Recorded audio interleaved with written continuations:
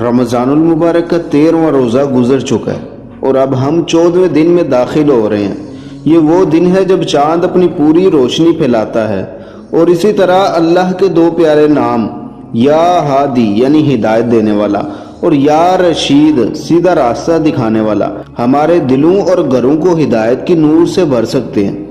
آج کل ہر ماں باپ کی یہ خواہش ہوتی ہے کہ ان کی اولاد نیک بنے، ان کا کہنا مانے اور برائیوں سے بچی رہے۔ یہ وظیفہ اسی مقصد کے لیے ایک خاص تحفہ ہے تاکہ بچے والدین کے فرما بردار بنیں، گھر کے تمام افراد نماز اور نیکی کی طرف مائل ہوں، گھر سے لڑائی جھگڑے ختم ہوں اور سب سیدھی راہ پر چلیں۔ آج رمضان المبارک کی 14 تاریخ کو فجر یا عصر کی نماز کے بعد صرف 550 بار یا ہادی یا رشید پڑھ کر پانی پر دم کر لیں۔ اول آخر 11 بار درود شریف ضرور پڑھیں۔